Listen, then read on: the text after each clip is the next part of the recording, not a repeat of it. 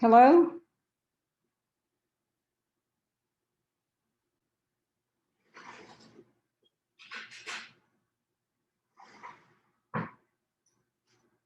Good morning.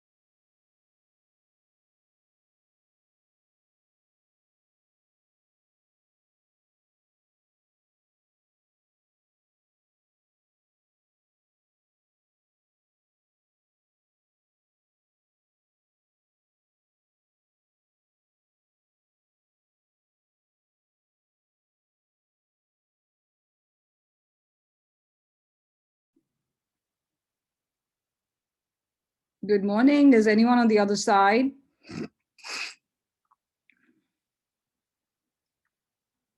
Good morning. How are you? Hey, good morning. This is Dr. Hines. I just want to make sure I'm doing the right thing here. I didn't see a start button for my meeting. It said join, so I have joined. I have not started it. I didn't know if I was doing this the right way or not.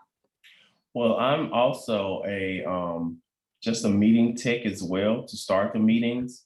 And I just saw that my name was beside the one for today, so I started the meeting already. Okay, So more than likely, because you are a co-host as well, it does just allow you to join the meeting. perfect. Yeah. So So were you assigned for this one as well? I am the chair and discussant for this panel. Oh, perfect. Okay. Well, Yeah. I'll be here in the background. Perfect. And I'll make sure that the meeting has started as well as ends. And you will let people in, I'm assuming? Yes, ma'am. That is beautiful because I was really trying to figure out how to do all this. I'm not that computer savvy, even though I've been dealing with Zoom for about a year now. Right.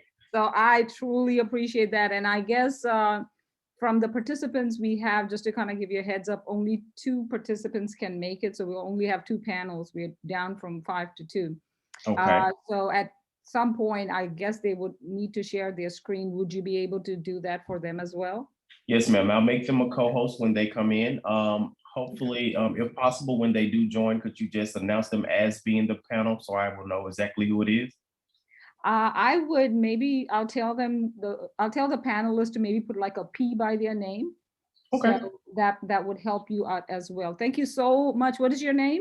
My name is Billy Benson Jr. Oh, hi. Hi. Hey. Now I understand why your name, are you from LA?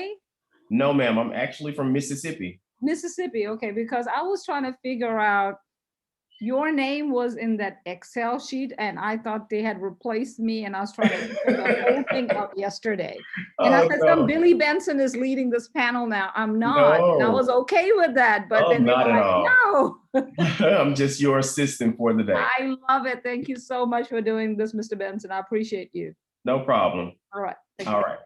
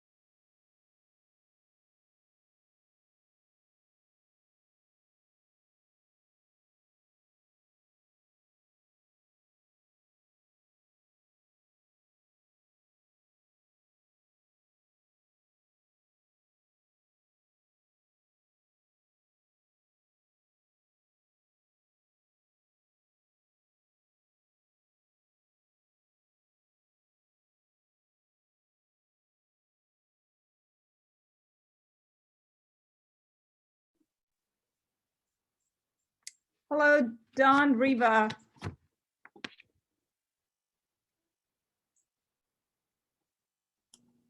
Hello, Hey, how are you? I'm okay. I'm all right. I'm just been running and running and running. I know you have been. I understand completely. You're all over the program, so I totally get that. Yeah. Let's say, and not by choice. I don't think any of these things are by choice, right? Not by choice. I'm like, These are things we just kind of take up on us. Do me a favor before, like the room gets crowded. If you can kind of put like a P by your name. So Mr. Benson, I guess, is the one that is our tech person. So he can kind of make you co-host and allow you to share your screen. So if you can just put your name and put like a P by your name, that's his cue that you are presenting. we'll change it. So I'm going to engage in some active listening with you because I don't have any of your stuff. That's okay. So, It's going to be very easy to follow because it's just me reporting some survey data. So okay. it's not nothing too complicated. So, you know. Okay. By the way, we're down from 4 panelists to 2. Oh, really? Dr. Moore said that she will not be presenting this time around. Okay. And Dr. Ahmad said that she was in the wrong panel. This is not her panel to be. So you and Miss Young have an hour and 15 minutes to yourselves. So Well, don't rush. I don't need that much time, but that's good. That's good. Yeah. So don't rush. Take your time and pour your heart out. Very good. So I see there's a co-presenter with you. Is the other Dr. Works, is that Tamlin? Yeah, Is that yeah. how I say the name? Okay. Yeah. She's not going to be with. She's preparing for the next session. So I'm going to do this. She's actually on the round table that comes up afterwards. So. Okay. So you're going to carry the dual weight. Yeah. Okay. And I spelled my name wrong. There you go. So now Mr. Benson knows you're a presenter, and we'll go in the order in which the program is. And I think your name is first, right? Is it? I don't even know. Okay. I have no idea myself. So. Let me look.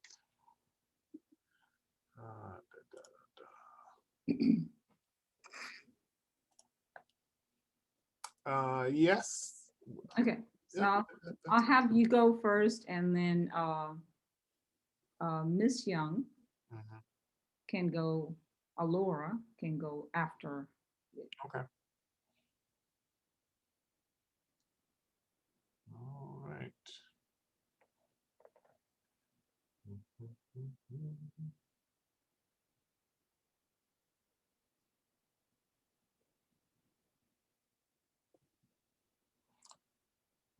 Okay.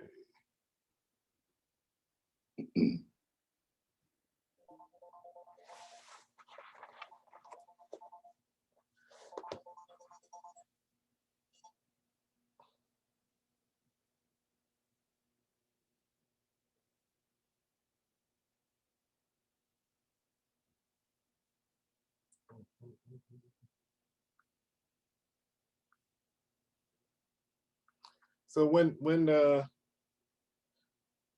is everyone here yet? Nope. So Alora Young is the other panelist that is slated to present. So at this point, it's just you and me, and I'm thinking to maybe give folks about a few minutes if you don't mind, and you're okay with that? That's okay. Fine. We'll see All what right. happens. Okay. You know, I've already done the hard part, so. I see there's somebody else. I don't know. Okay. Hello. Have a guest.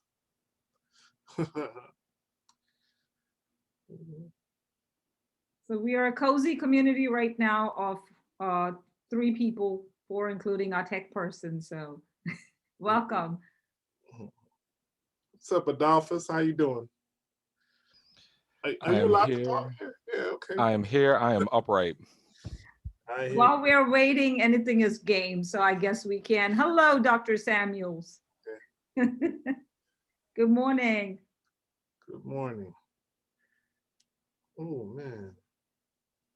So we're just going to give people a few minutes to get on board. We had 4 panelists, and only 2 can present today, of which only 1 is here. So we are in no rush and we can take our time. So if you all can just bear with us for a few moments, maybe we'll start in in a couple of moments.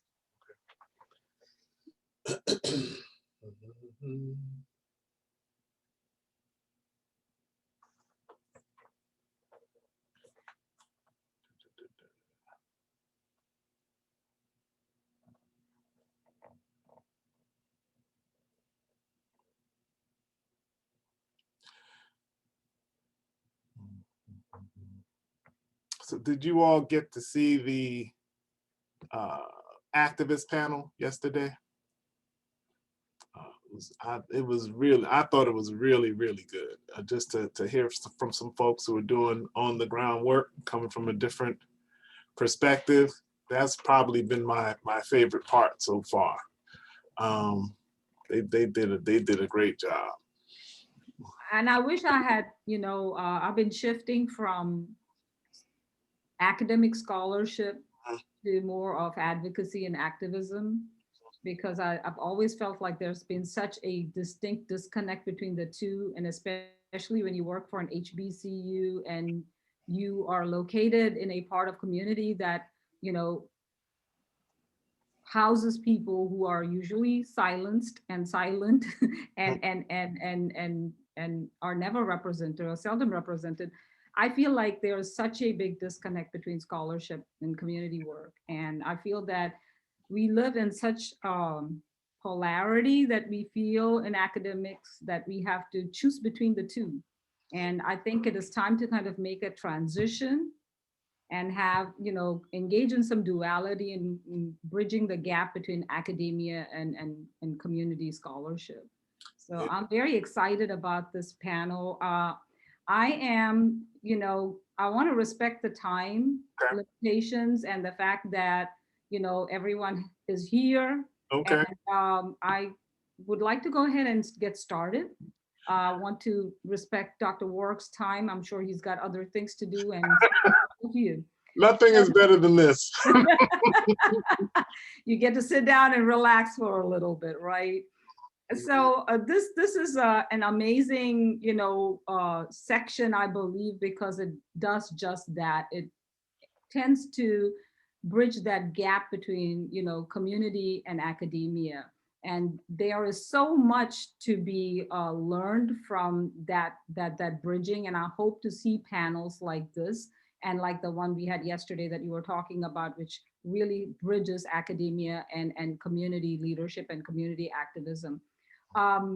We had 4 presenters, of which one presenter could not present, Dr. Mora, who's on the agenda, and then Dr. Ahmed is actually on another panel. She told us that she was erroneously placed on this one. So we actually were down to 2.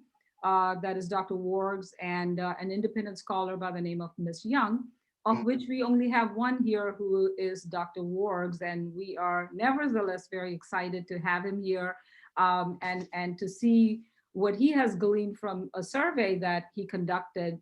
And the title of his presentation is "For Such a Time as This, Black Churches and the COVID-19 Crisis." We know that through most activism in America, Black churches have played a very important and integral role. So I'm really excited to see what Dr. Wargs has to say. Welcome, Ms. Young. That is our, Ms. Young is our second presenter. So without further ado, Dr. Wargs, take it away. If you need your screen shared, please let us know, and Mr. Benson will make you co-host. Allow you. Mr. Benson, would you please allow Dr. Wargs to share his screen? Okay. Welcome, Ms. Alora Young. All right. Hi. Okay, so first of all, thank you all for joining us. I'm actually pretty excited about. I'm excited to present this paper, quote unquote, in quotes. This is a presentation of some findings from research that we've been doing. Tamlin and myself have been doing around the churches and COVID-19. This is very much a work in progress, as we say. And this is what you're going to see, sort of the very preliminary stages of us analyzing some data from a survey that we conducted last year during in July and September. So the title of our paper is, our presentation is "For Such a Time as This, Black Churches and the COVID-19 Crisis." As we all know by now, African-American communities have been disproportionately impacted by the COVID-19 crisis, right? So as we've been thinking about that and reflecting on it, really in the midst of it, this got us thinking about the churches, the Black churches, and the complex moment that the churches found themselves in. Right. On one hand, these churches are the product of African American communities that are being disproportionately impacted by this pandemic, right? And by the economic crisis that was spawned by the pandemic. So the churches are institutions that are the product of, their membership, their financing, their funding, the vitality of the churches themselves is being threatened by the pandemic, right? As institutions. But then on the other side, the churches have traditionally been a key vehicle for navigating the various challenges and traumas that impact African American communities, right? They've been a source of solace and sustenance. They've been a source of material support, places to congregate and to process and to strategize. Right, so you have these institutions that are on one side the product of a community that's being beset by this virus, but on the other side they're normally a key vehicle for that community's response to various trauma and adversity. And so what happens in that context? That's kind of the setting for what we're trying to do and trying to figure out. You all are in trouble because there's only 2 of us on the panel, so I have no sense of restraint. I've spoken 4 minutes and I'm still on the first slide. I got 35 slides, so so we basically asked 4 questions, 4 simple questions. Drove or are driving this exploration. 1, how have Black churches been impacted by the COVID-19 crisis, right? 2, how have Black churches responded to the COVID-19 crisis? These are deceptively simple questions, right? And 3, how have Black churches responded to the Black Lives Matter movement or the movement for racial justice that emerges in the midst of this COVID-19 crisis? And then lastly, given the issues related to the pandemic, did Black churches engage in the 2020 presidential election? How did they engage in the election, given all that other stuff that's going on? Did they? That should say engaged, not engaged. All right, so that's those 4 questions kind of are guiding our thinking.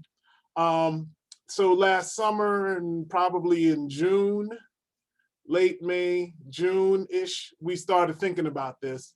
And we thought, well, we should do a survey of churches to see how they're managing and navigating this COVID-19 crisis. So we put together a survey called the Black Church Voices. This is the title we've used for a couple of surveys in the past. It's very small scale.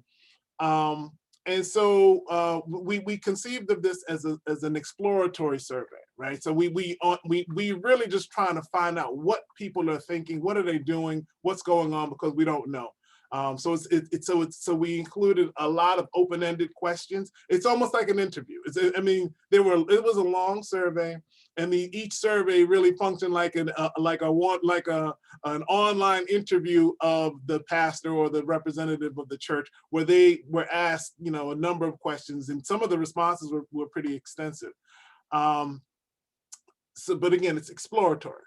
We distributed the survey in 2 waves. In July, we got maybe 100 to 150 like usable surveys, primarily from Maryland and Washington, D.C. And then in September, we got more from around the country, but primarily North Carolina, Virginia. There's a sprinkling across the country, but most of our responses have come from Maryland, Washington, Virginia, North Carolina. That's the largest numbers, as you'll see in a second. The 2 waves were the same survey, with the exception that we added a question for that second wave about the presidential election. Right? And then initially, we weren't even going to ask about, the protests or the the election. We were just going to ask, how are you dealing with the pandemic? But we said, no, we have to ask about those things in this context. And so as we conceived of this all, we need to know how people are responding to these crises within a crisis, in the midst of another crisis. It was distributed through and conducted through the Qualtrics platform. We distributed the survey through various Black church networks, through denominational leaders, through other folks, through activist networks and things like that. This is not a representative sample. I'm not going to make a claim that it's a representative of all Black churches, especially given the geographic limits, but it is somewhat diverse.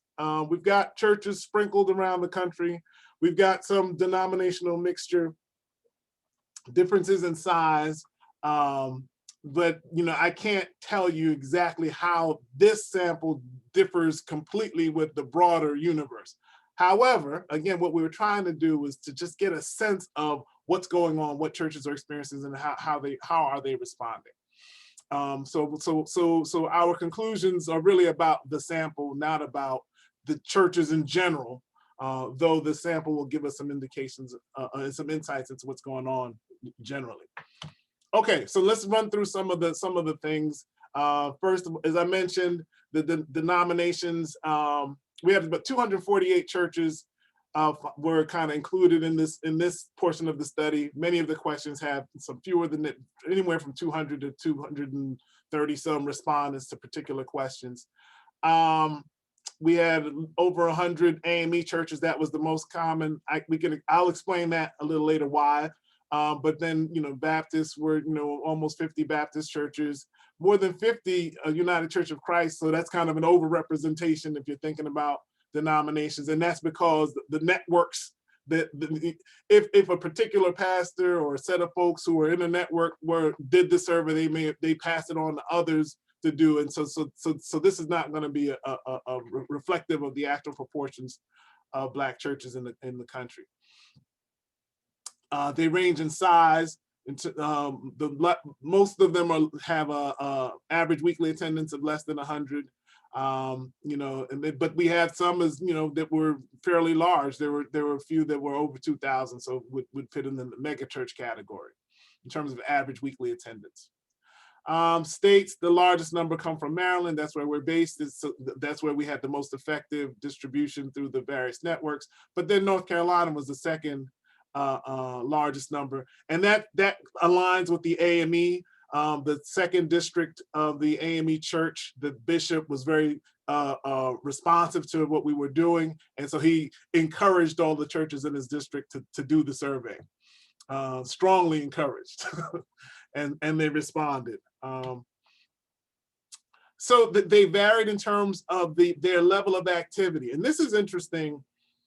So we asked them, if they engaged in various activities, food distribution, prisoner ministries, reentry programs, educational programs. So we looked at, we asked about like 10 different kinds of outreach activities. And so this is just an indication of the level to which they vary in the number of things that they do, right? So of the ones that we surveyed, almost 30%, didn't do any of those things.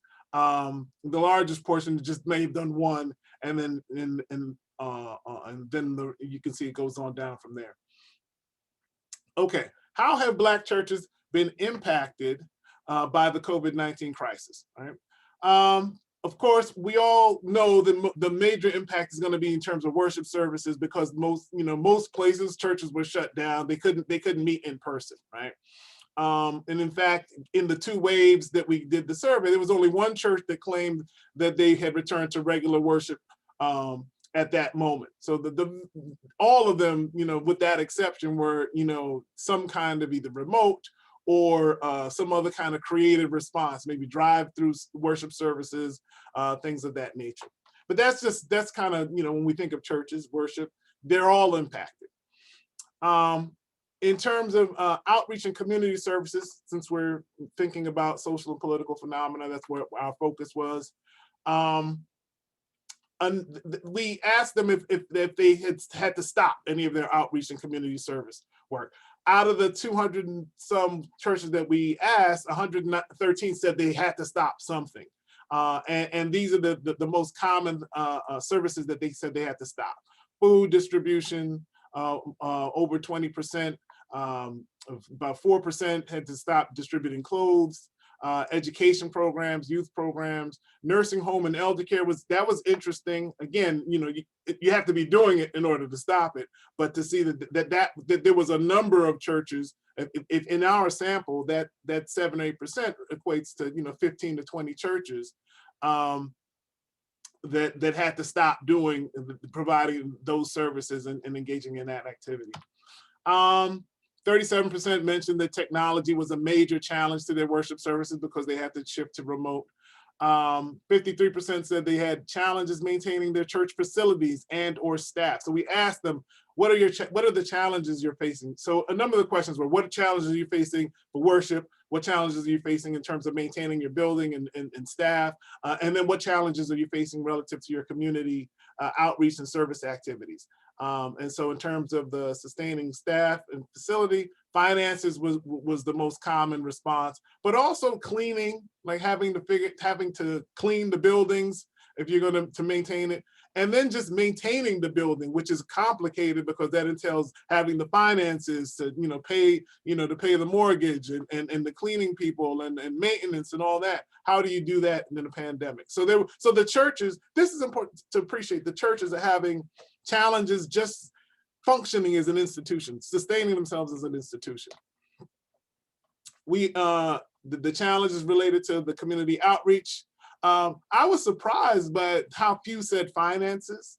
The bigger issue was social distancing because you couldn't interact with people or in close quarters. Volunteers was a big deal because people were afraid to come in to do things, so they didn't have the volunteers to do the activities that they were engaging in. So I thought that was interesting. Challenges facing, we asked them, what are the main challenges facing the members of your church? Again, we were surprised. Very few said food. The greatest concerns were the health and the health and safety of their members, which makes sense. Mental health is a recurring phenomenon throughout the survey. There's a lot of discussion about feelings of isolation and loneliness, and just trying to withstand that and trying to manage what it meant to be disconnected. And if we have time at the end, I'll talk a little bit about that dynamic and what was revealed through the survey, how central these concerns were. Finances, of course, about 9% said that finances was a major challenge facing their members, which is not surprising. Childcare, dealing with death is another interesting one. It gets to the role of the church in terms of processing grief, and at a time when people are getting sick and dying, the church can't play the role it normally would, and so people don't have that place to go to for that sustenance. So all of this is kind of just painting the picture of the challenges that come with this pandemic. Similarly, we asked about the challenges facing their community, the community around their church. Food, employment, finances, mental health, childcare. So all the same things that we heard before, but in different proportions. So they had a sense that the community had greater needs than even their particular church. All right, so let me get to the good stuff. I'm gonna go with the donations, expenses. How did the churches respond? Churches that they were engaging in a wide range of activities during the pandemic. Some of these are things that they were doing before. Some of these are things they started during the pandemic. Prayer lines we might expect. Food assistance, more than half were doing food assistance. Emergency financial assistance, almost a third were distributing money. A number of them are still doing homeless shelter, transitional housing, youth programs, education, and tutoring. It might seem like a small proportion, for example, doing youth programs, but if you think about it, again, in our sample out of 240 churches, if 30% are doing youth programs, that's again, dozens of churches are doing that in the midst of the pandemic. We asked, are you doing anything specific to counter the feelings of isolation and loneliness? And 63% of the respondents said, yes, we're doing something targeted at that. And these are the things they were, the most common things they responded to in terms of what they were doing. Prayer calls, personal check-ins, personal interactions. So they were taking conscious efforts. They may have phone trees or some other kind of mechanism for people in the church reaching out and connecting with other people in the church.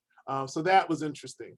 Virtual meetings, virtual fellowship, mass messages, emails, or newsletters to the membership. Again, trying to keep people connected. We asked about with all that was going on, the pandemic and the racial justice protests, how are you keeping people encouraged? The largest number said through their regular activities or some version of that. But then they had some other, additional personal interconnections like we mentioned before. Social justice activities were mentioned. We have discussions about racism.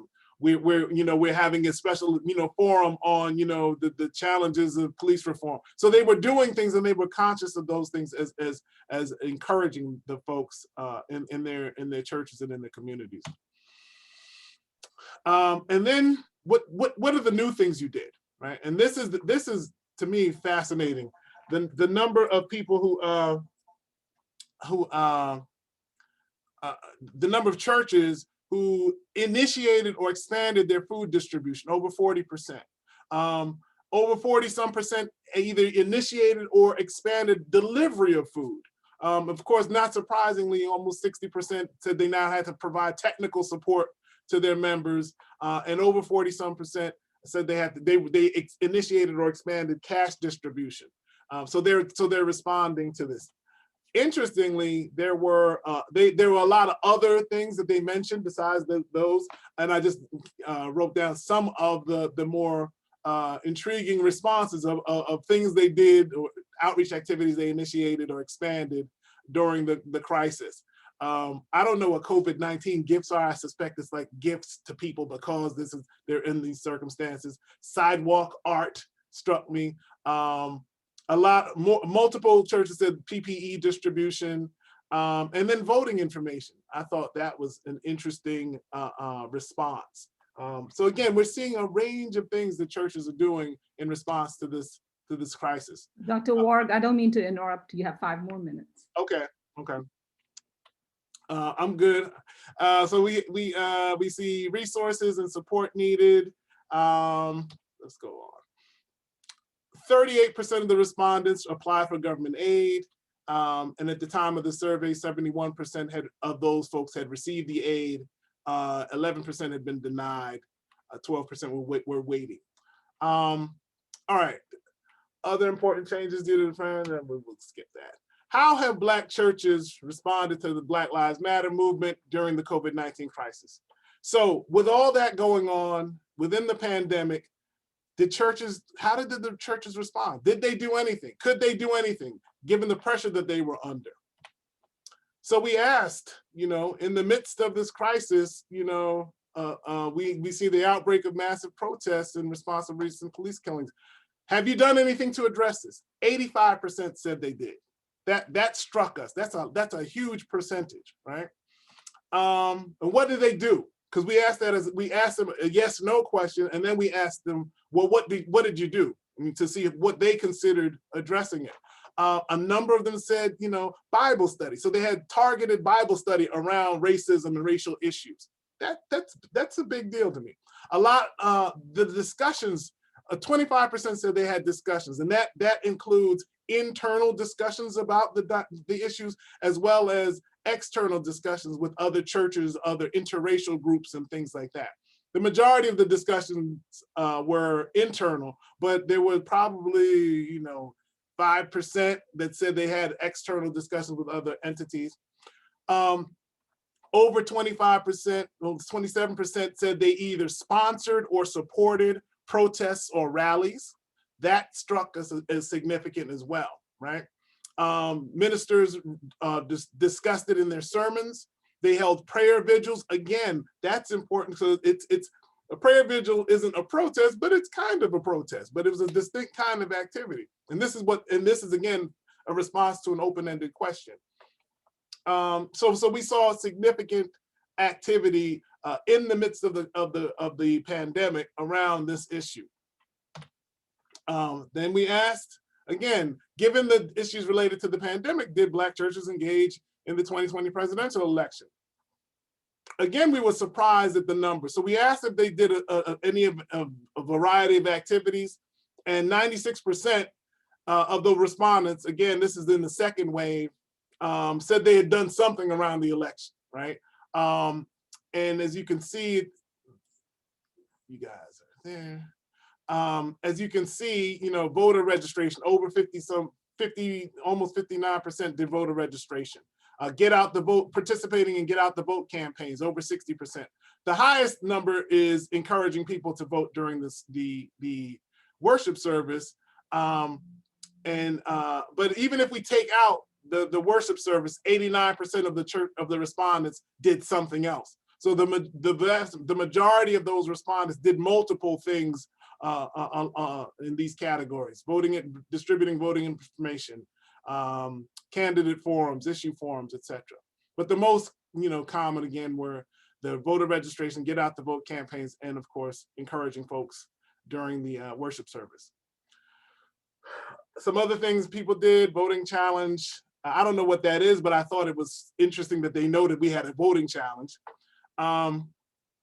And then transportation, promoting mail-in voting. All right, almost done. We did some cross tabulations of the results of the survey, and we were surprised to find that there weren't a lot of relationships, statistically significant relationships related to things like denomination, the number of activities, or the size of the church, with the exception that it seems that larger churches were more likely to have sponsored a protest or rally, and that was statistically significant.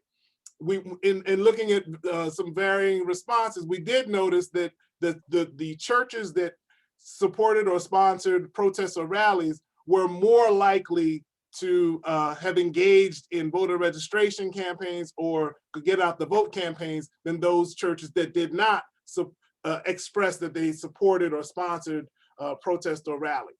And that was statistically significant. So that, I think, was interesting as well. For such a time as this.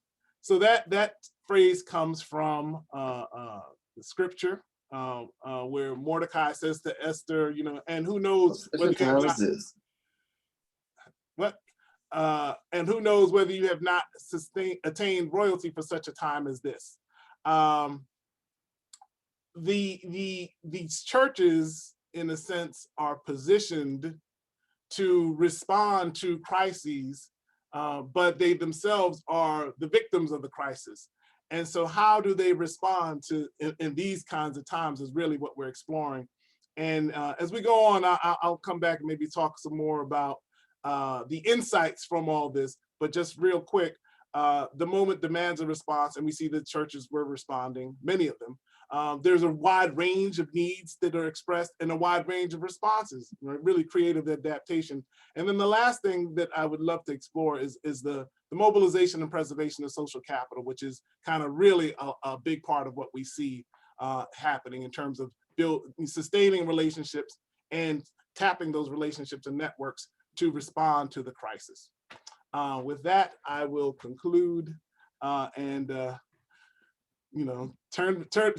yield the remainder of my time to the rest of the panel.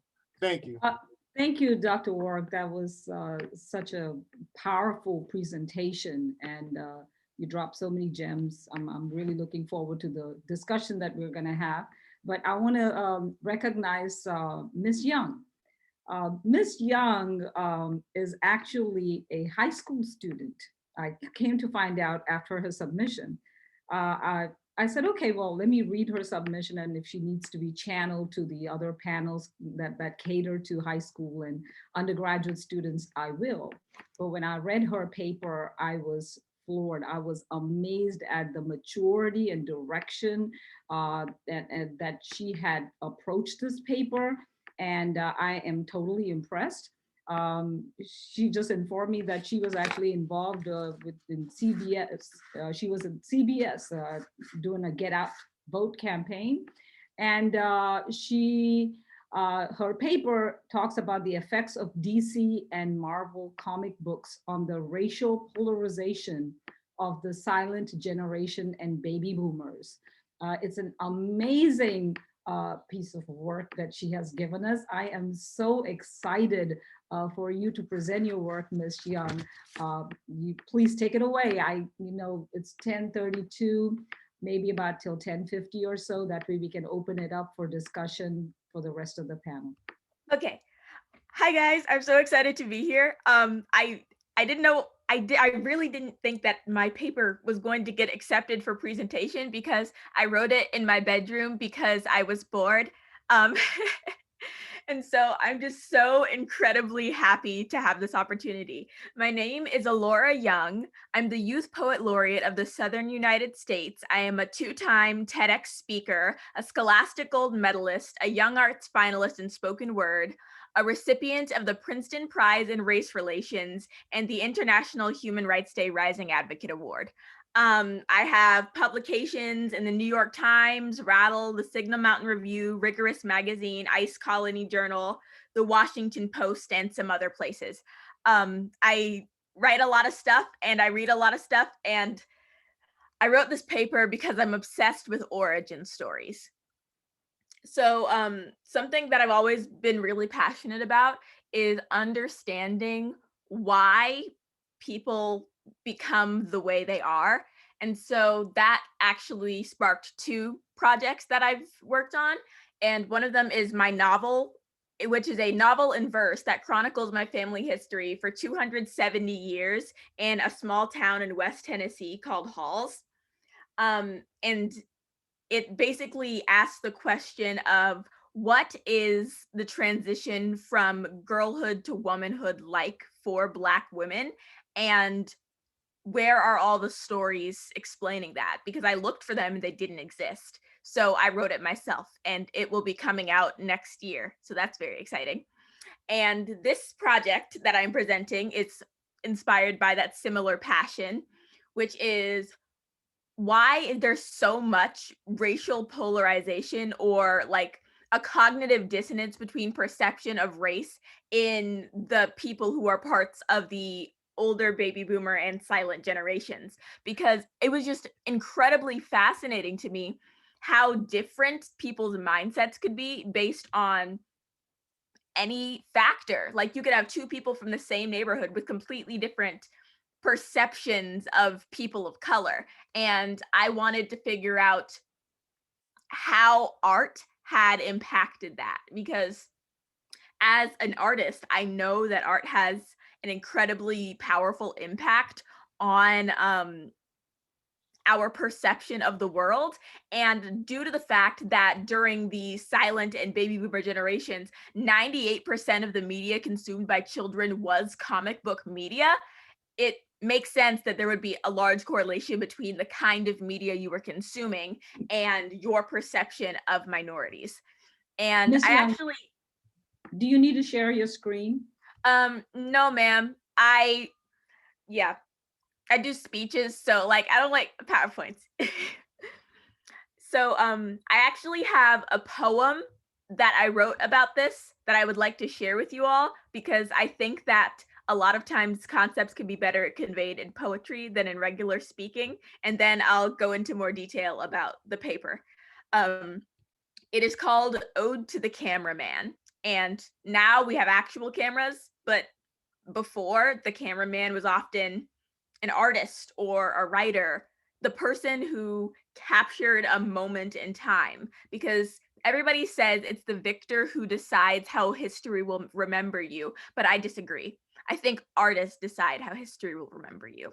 And so this is a poem I wrote called Ode to the Cameraman, which is published in Rattle magazine.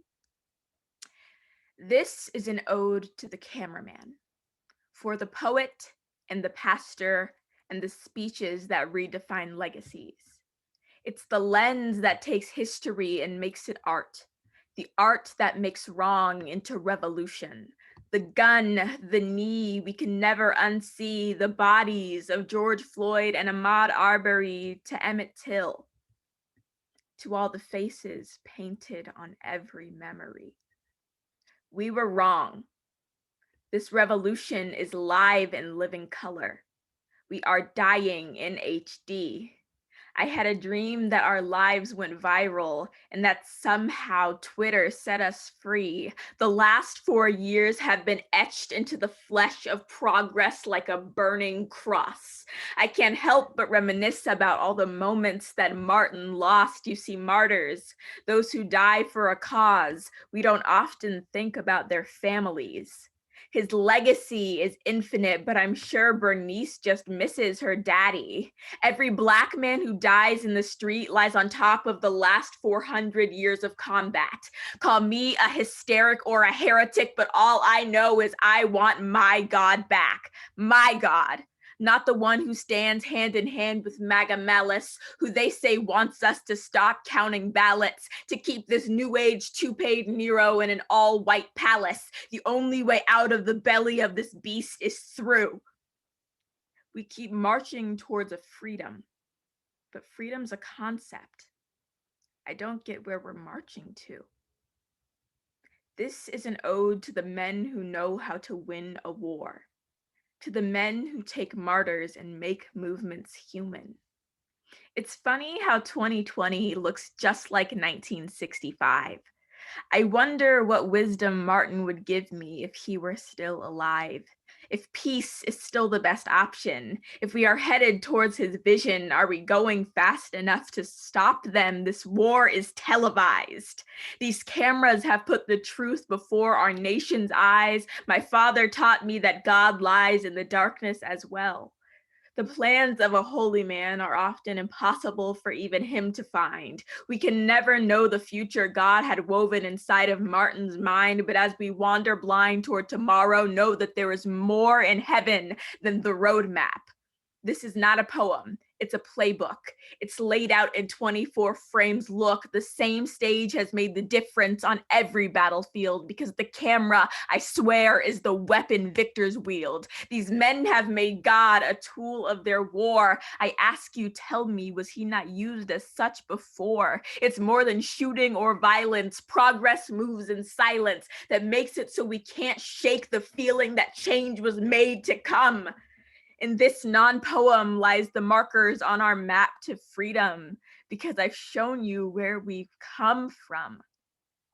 Martin made change, not because he was made changed, but because the same stage holds the ghost of all its past plays. Seeing the future is much the same as seeing the past, because my God has made the answers long before we've asked. The camera is the difference between armies of radicals and protest sabbaticals, whether X's are kisses or graves, whether we were kings or slaves. Peaceful seats at counter sides do no wrong in camera's eyes. That's why he changed so many minds. He changed a narrative. The first mission of Trump's modern fascism is to lose the fake news. He likes multi-takes with camera crews, selling merch to propaganda crews so people will abandon who actually has their best interest at heart. I dare say a narrative is what split this country apart. When you want to change the world, first change a child's mind. Martin preached a life in words that had a joy like children find. When you start this next battle, call a cameraman, because war is in the people's minds. Kingdoms rise and fall, but that camera sees it all. Memories live past the trials that decide the truth of abuses and the phantoms that live in the call. That first time you see change, I promise, is not the beginning. Because for eras before, the prophets of yore had minds that had long been spinning. God gifts the words for the battle-winning narrative. Prophets just sing along. That's why in the streets people scream, I have a dream. That's God's music. We're just singing the song. We have our actors and our cameramen. We have God's script and our stage. Turn on the lights, send the artist and rights, and hope our revolution makes the front page.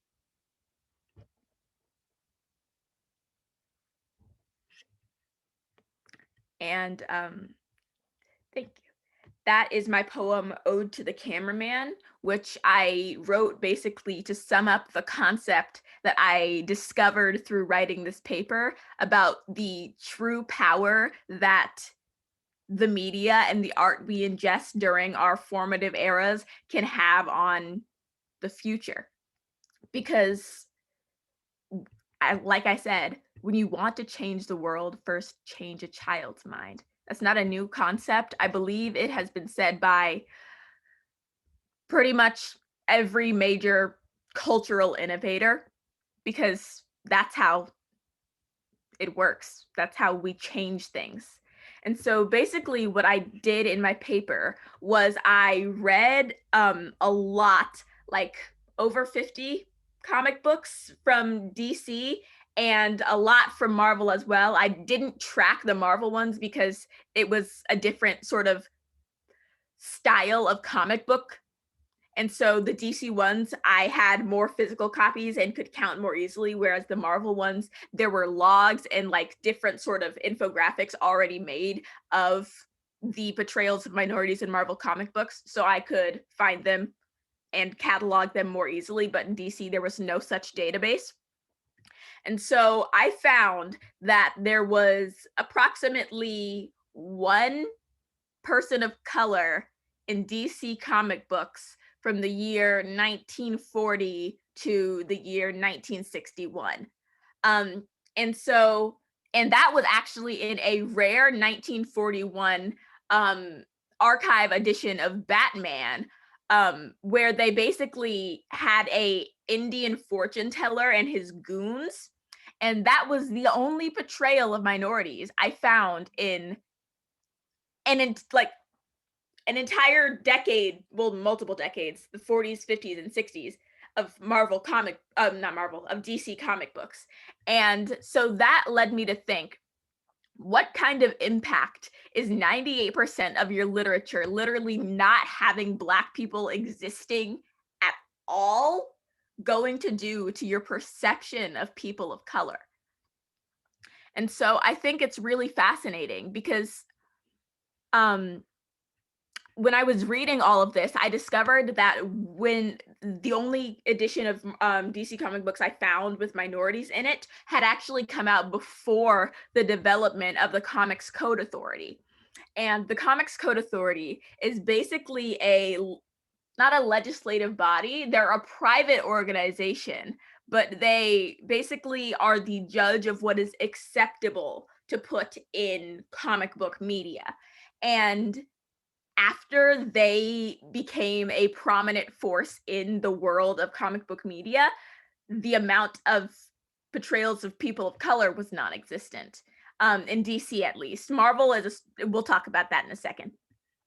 And there were a lot of problematic allusions to people of color, like in the Flash comic, the Trouble Trap was the Batman comic. Okay, the Flash comic, The Menace of the Super Gorilla, is a series of comic books where the Flash fights a race of sentient gorillas who terrorize New York at night. And I don't know if you guys see the problematic thing going on there, but it's yeah. And ironically enough, it also came out very close to the time where Black Panther came out. And so it looks ominously similar to the people at DC seeing Black Panther and saying, let's make them evil gorillas. And so it was really fascinating to examine how because I read up on the topic of racial socialization and neophobia in infants. And so I don't know why I keep saying basically, that's just like a connector I like to use. I apologize. I discovered that when you're a child, you have to be introduced to like new things in order to not be afraid of them, because many infants have fears of the kinds of faces and animals or like skin colors or whatever they've never seen. And that doesn't just go away.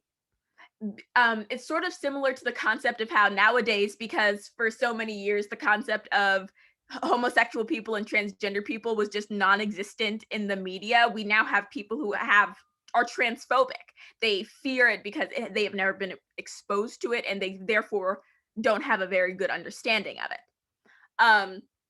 And I feel that that's a similar thing to what happened to the psychological like concept of minorities in people who primarily read DC comic books as 98% of their media consumption during the baby boomer and silent generations. It's also very fascinating that the amount of people of color, like I interviewed several of my family members for this to like consult them about their comic book consumption. And I interviewed my teachers and a good friend who's a professor of mine who teaches economics.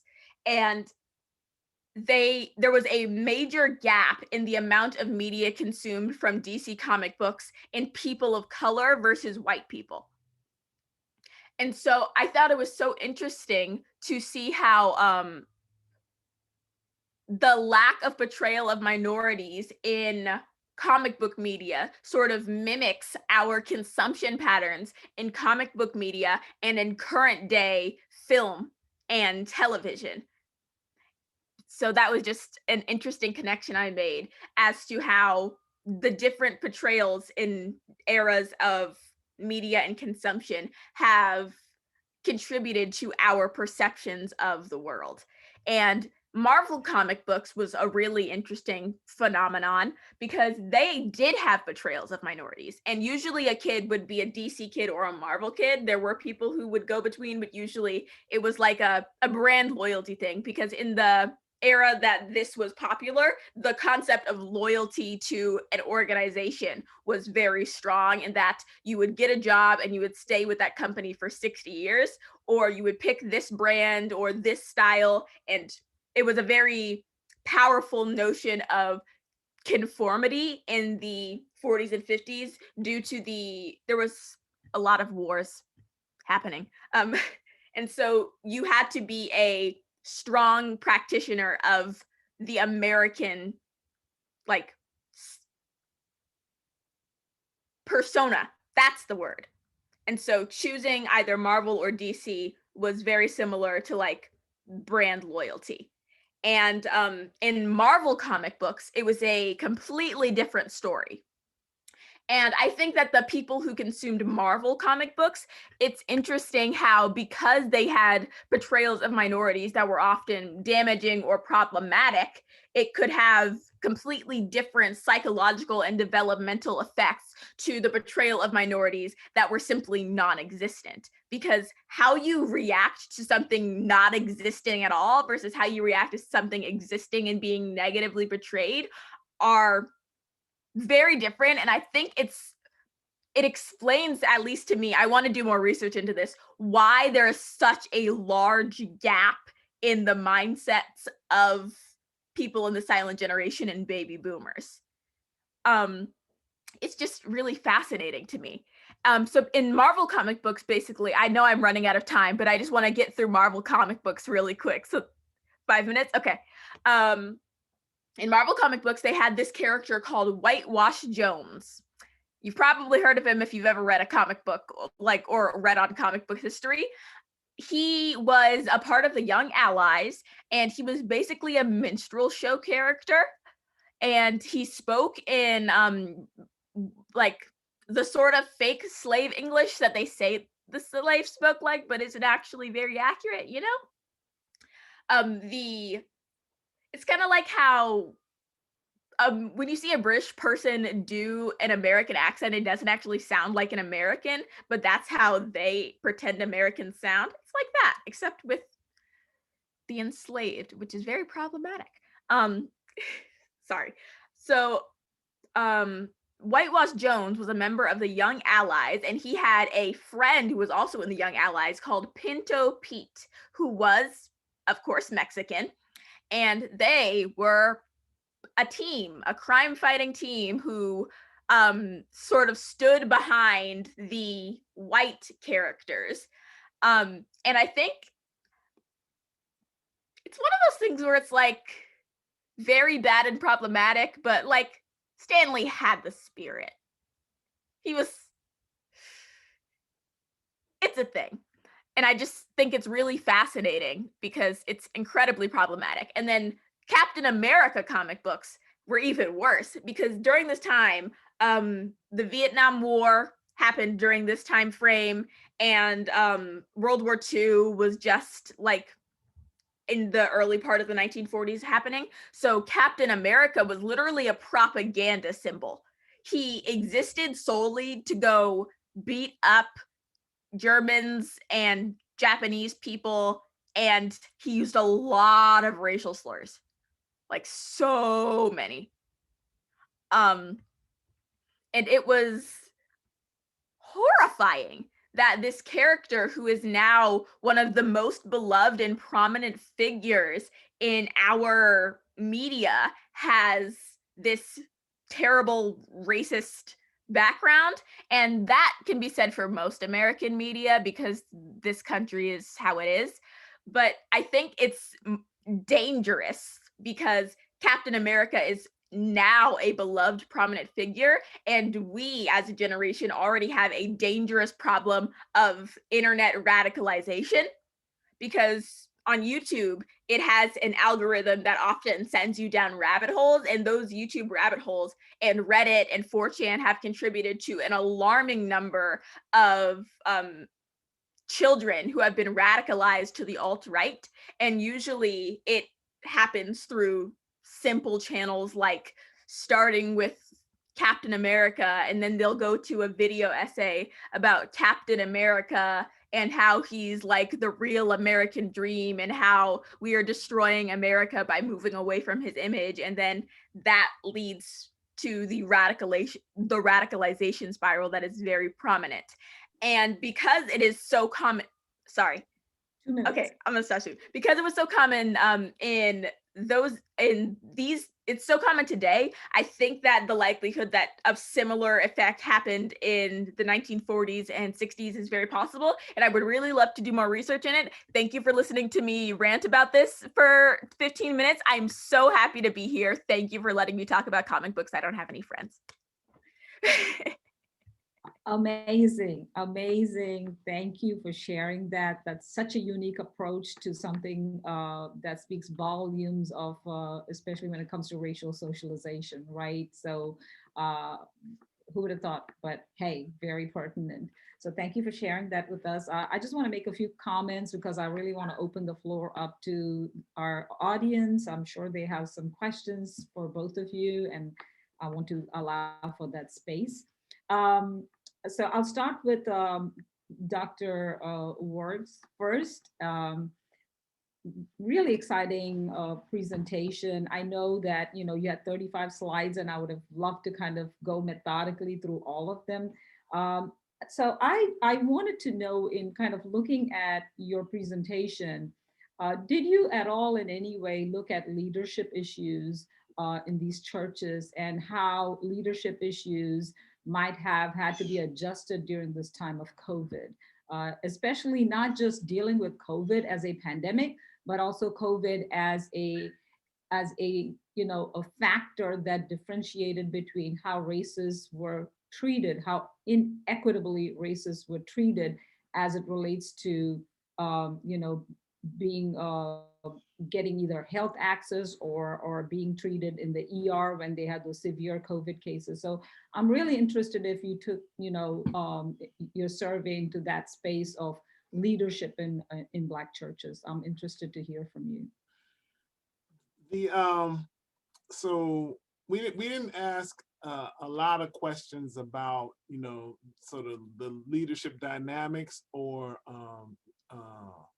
maybe sort of we didn't directly ask, but something that did emerge was that, a lot of what we're seeing, of course, is a function of the leadership, right? So the extent to which we have an activist church, oftentimes it's the leader of the church who is driving a lot of that. It may be the pastor or other kind of leadership. So I think a lot of you're onto something in the sense that what the churches are able to do is in part a product of the kind of internal leadership. But not just the one person, but oftentimes like a collective. Like so some churches, a number of them reported having like putting together a committee for reopening or whatever that would then kind of guide it. There were, if you look at the things, for example, the responses to the racial protests, you'll notice, pastor talks about this, or the pastor does this, or in the sermon, or there's a series, the pastor did a series of things. So you can see how particular leadership figures in these institutions kind of drive that process. Or maybe they just reflect what's going on in the institution. But I think sometimes they drive the process, or allow it, or guide it, or encourage it. So that's and the same thing with the election. Pastors preaching about it, or this, or we have, we created a committee to deal with that. So we saw that. We didn't, but again, we didn't ask many questions directly about leadership, but those were the responses we were getting to these open-ended questions. So it was really insightful to see how people understand what their institutions are doing, and kind of what the other thing that we didn't really get to in this, I don't know if you can do it through a survey, is the why. I mean, we have a lot of theories about why they do certain things, why they do this and that, and that's kind of where our research is really goes. So this is kind of more of the what are they doing? But even in the what, you can detect some of the why, yeah. So I don't know if that answers. Yeah, it does, because the reason I ask is even you posed the question about how they responded to BLM during COVID. Mm-hmm. A traditional Black church leadership model is very different from the BLM movement model, which is, for example, BLM movement was started by 3 queer women, right? And so they have a lot of trans influence in it. It's more women driven, while as Black churches have been traditionally very patriarchal in nature. So therefore, I think it would be interesting for you to maybe at some point look at this leadership aspect and how it has transcended during this time of COVID. Mm-hmm. Maybe look at some models of church leadership traditionally and how they have evolved, and see how that kind of fits within that framework. Might be something for a future research, but definitely if you are talking about Black churches and COVID pandemic, I think some mention about leadership might bolster the content of your presentation and your paper. So really great paper. I'm going to keep my comments short because we have 15 more minutes. I want to open this up. I will email you any more comments or questions that I have, and then you can, okay, go ahead. Ms. Young, powerful presentation. You talked about a lot of really important things. You made a comment about, there's like a British guy trying to mimic an American accent and they don't do it well, except for one person, Idris Elba does it really well. So don't hate on my man about that now. But okay, so coming back to your paper, I read your paper and it made a very beautiful point, right, as to the psychological effects that comic books have on the silent generation and baby boomers, and how that can transcend, because I think that psychological revelation and racial socialization does not die with the generation, right? It is like one of those intergenerational trauma that continues from generation to generation, much like slavery, right? I don't think we have ever addressed the intergenerational trauma of slavery. So it would be great for you at some point, and I know you're developing this work, to actually see the impact, because you talk about the effects of DC and Marvel comic books on racial polarization. I saw a lot of you talking about, the representation or lack thereof of people of color, uh, and even when they're represented, how they might have been represented as a stereotype, as a negative stereotype, right? So I didn't see much of actually the effects of such representation or lack thereof. And I know your paper is in the developing phases, but I would really like for you to take this to the next level and see what impact does it have, or did it have impacts on, and things. Racial socialization impacts white people very differently than it impacts brown and blacks and yellows, right? So I would love for you to take your research to actually studying the actual effects of such racial socialization of comic books, and kind of look at that evolution, right? And how that intergenerational socialization has really evolved and come about, and where it stands today. So you are very advanced in your thinking and your framework and your modeling of these things, that I am sure if you put your time, and like you wrote that email and told me, I sat in my bedroom and I wrote this, and I was like, wow, okay, I wish I could do that. It takes me a long time to get to that point. So the next time you sit in your bedroom and you're writing, I think I would like for you to sit down and think about that. But thank you so much for sharing your work with us. It was beautiful, and I loved your spoken word. You are an amazing person. I want you to just create your scholarship and just shine. So I want to open the floor to our audience. I would like for you all to unmute your mic and ask your questions. I see Dr. Belk has raised his hand, so please go on ahead, unmute your mic and ask away. I'd like to start with Miss Laura Young, because I know Don, and I like to start with the youth. I really enjoyed the conversation. I think you'll have a lot of people trying to recruit you for their colleges and universities down the line. So don't be surprised or overwhelmed by that. Just be whelmed. Don't be underwhelmed or overwhelmed. Just be whelmed. Socialization is an ongoing process, and there are some agents of socialization that are more influential for minoritized people than their white counterparts. I'm thinking about music and art in particular. You were focused on the silent generation and the baby boomers. And one of the things I thought was, well, if socialization is a lifelong, ongoing process, is there any indication that some of these folk change their attitudes if they continue to consume comics as they aged, as the representations changed? And so I thought that might be something interesting to kind of look at. Did people change as the art changed? Because by the time we get to the mid to late 60s, we see better representations, right? We get Black Panther in 66, and then we get the X-Men with this diverse and international group in 1975. So that's something I was wondering if you observed, or if you had intended on maybe taking a look at that down the line as your work progresses. Yes. So I started this paper like a couple months ago, and I really wanted to do the I wanted to do the whole until present day, and I wanted to examine the difference between comic books and superhero movies. But my teacher said she wouldn't read it if it was longer than 4,000 words. So So I'm going to look into that. I'm very excited. I also really want to examine the X-Men and how during the 90s, the era of tokenism was very prominent, and how that affected not just comic book media, but our TV shows, and how everybody had a sassy Black friend because tokenism was the name of the game. And I just want to examine that so badly. Yes. Thank you.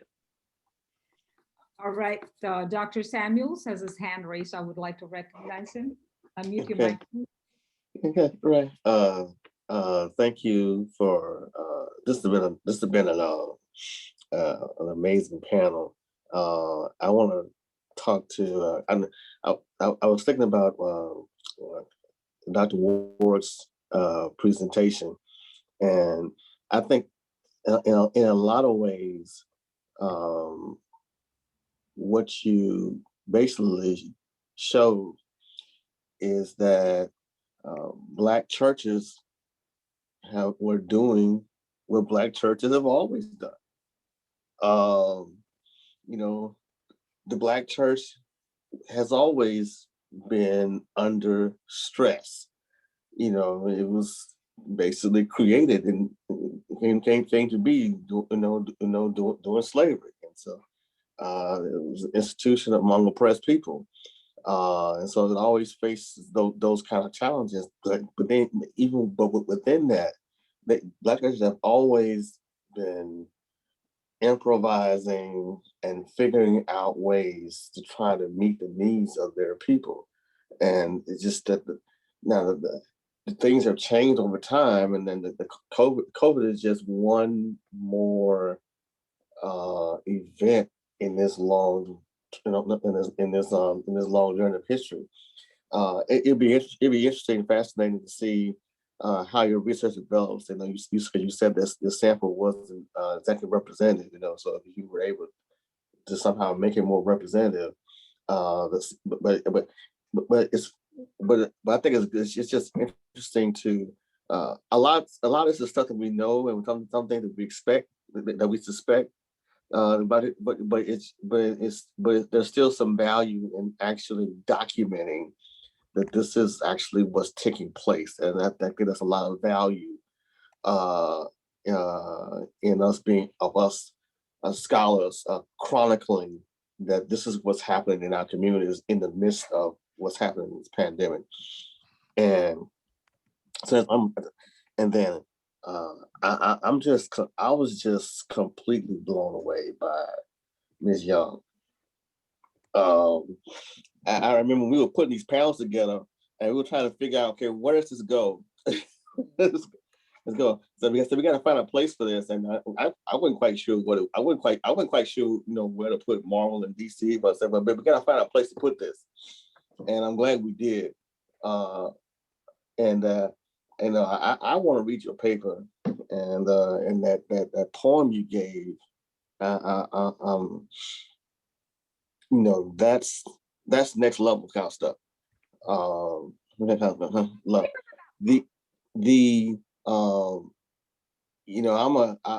I grew up on comic books, and I think when 70s, early 80s. I mean, DC, you might have one or two Black characters. The Justice League of America. They got one Black. They got one Black guy. Maybe Black. But they're the minority. I mean, literally, they're the minority. They're because the characters that really count are Superman, Batman, and these other characters, and so these other minority heroes are sort of afterthoughts, and so it'd be interesting to see if you carry the research forward, how your analysis changed as we do get into the 70s and the 80s and the 90s, where the society has changed. And we see this also in other forms of media. Television. I remember when I was saying, everybody would run to the living room. There's a Black person on television. Yeah. And then you got you had a couple of Black shows, and then that was a big deal, and so it'd just be interesting to see how your research changes as you take it into some of these other decades. So I'd be fascinated to see where you take this. But I certainly want to read your paper and if I can get a copy of that poem, because it's just I usually don't have trouble coming up with words, but I'm right now I am. Thank you. Okay, two things. One, I plan to go into later decades, but the thing is, I was counting by hand. So I went through a bunch of DC comic books and counted the characters by hand and Mhm. cataloged them, and there were more magical creatures than women, which I don't know how to feel about that, but like there was more dragons than women, and I don't know about you, but I've never seen a dragon. Mm. Two, I'm so glad that you liked my poem. That's what the paper I'm working on right now is about. So I worked on this one like last year over the summer because I got bored. And then the one I'm working on right now is about the application of spoken word poetry as a form of political argumentation. And so I'm researching how rhyme and meter and all the different aspects that makes a spoken word poem can impact our retention and our persuasive capabilities, because I believe that we can make a return to the traditional mode of speech telling, because poets and all of these different things like were the traditional speech people. And I think that that was a better way of telling stories, because we as Black people come from a tradition of oral history. And I think that the oral history revival movement is absolutely necessary, because spoken word poetry is more effective and more like useful for my generation than written word, because we have video and everything is online. And so that's what I'm working on right now, and I'm doing some studies, and I'm trying to find a professor to help me, but I'm just a random teenager. I'm very excited. I have sent you my contact information, Ms. Young, so please feel free to reach out to me, whatever you need. I've been told we have only till 11:15 and we'll get booted out. And I don't want us to get booted out without kind of closing the circle, so to speak. Any other comments? I see your hand raised again, Dr. Samuels. Does that mean you wanted to say something? No. Any other comments, either the audience or? I just dropped the question for Don in the group chat, and you could think about this later. We could talk about it later. Yeah, thank you. I saw that. That's an interesting idea, especially with we know that AIDS thing may be really interestingly different, but then the earlier pandemic would be really interesting. Thank you all for the comments. I definitely appreciate it. And Ms. Young, I was excited and overjoyed to be on the panel with you. It worked out perfect that we didn't have anybody else, because we needed more time. We needed more time. So Absolutely. that's wonderful. So, absolutely. You all were amazing. Thank you for your time, and go well and enjoy the conference. Okay. Thank you. Thank you. All right. Bye-bye. Bye.